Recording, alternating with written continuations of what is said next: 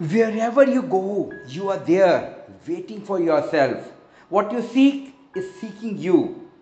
The ultimate need is to get established in your own self, your true nature, and for this, you have to give up all your thoughts, especially mind oriented spirituality, and make yourself available for wideness and emptiness. Warm welcome to Mystic World Weekly Podcast with me on YouTube channel Awaken to Abundance. I'm Sakshi Narendra. Raman Maharishi says, and I quote, "There is no you, there is only the state of freedom. Be that. Be free like the sky. Be still like the hill. Accept change like the seasons. Be silent like complete emptiness. You are that." Unquote. The minute you identify yourself as something you are not, nothing, and you are not everything, you have limited yourself.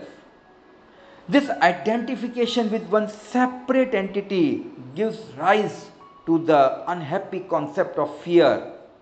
Upanishad says, and I quote, "Fear exists wherever another exists." In other words, fear is a manifestation of the relationship between me and the other. Till the time there exists me, the other will also exist. Moment me vanishes, the other also sheds away. Lovers don't finally meet somewhere, they are in each other all along. Rumi says, and I quote, "The minute I heard my first love story, I started looking for you, not knowing how blind that was." Lovers don't finally meet somewhere, they are in each other all along. Unquote. Your task is not to seek for love, but merely to seek and find all the barriers within yourself that you have built against it. Do not feel lonely. The entire universe is inside you. Rumi further says, obliterate your selfish ego and retreat inward to develop your soul.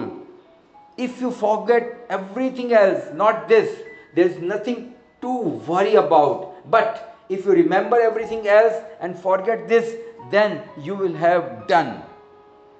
God is inside you. There is no self. There is only love. Therefore, God is love.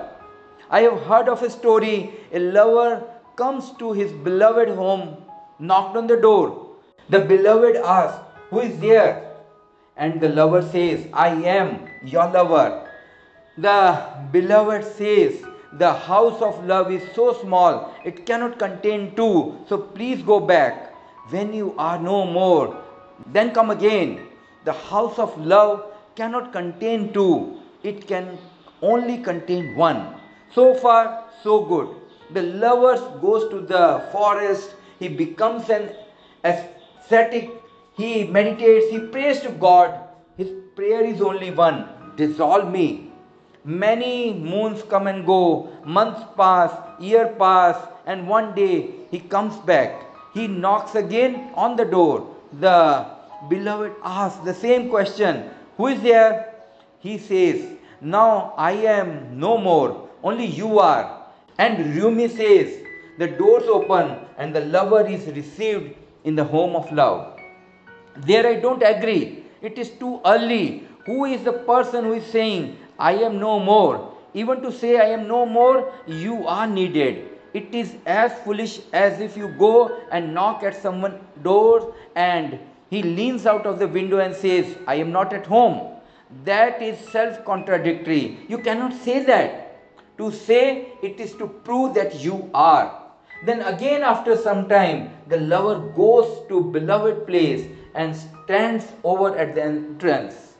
And the story says, doors open automatically. When there is nothing to witness, nothing to see, you cannot exist as a separate entity. The I can exist only with thou. If the thou disappears, the I disappears.